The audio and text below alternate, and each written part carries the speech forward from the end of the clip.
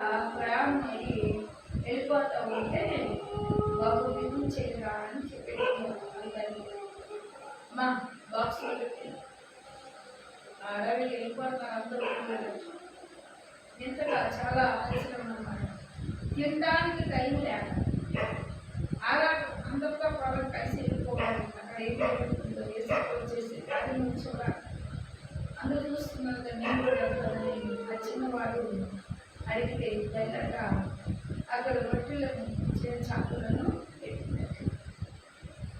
అక్కడ మనం చూస్తే పిల్లరా ఆ పిల్లవాడి దగ్గర ఉన్నాయని ఇక్కడ చెప్పడం జరిగింది. అవైనా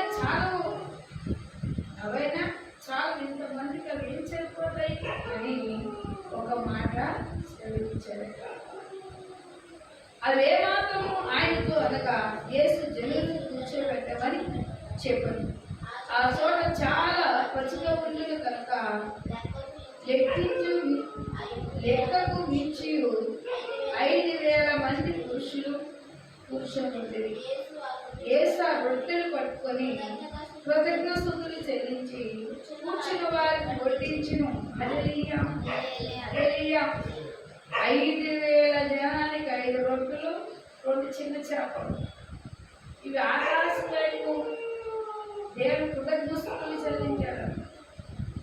అవి ఎన్నిగా మారిపోయిన చూడండి. పసికి మీద కూర్చోబెట్టమన్నాడు. వాళ్ళందరూ విస్తారంగా వడ్డించమన్నాడు. వాళ్ళందరూ కూర్చొని వడ్డించారు. తిన్నారు, తృప్తి నొందారు. తినగా ఇంకా ముక్కలు మిగిలిపోయాక హల్లెలూయా.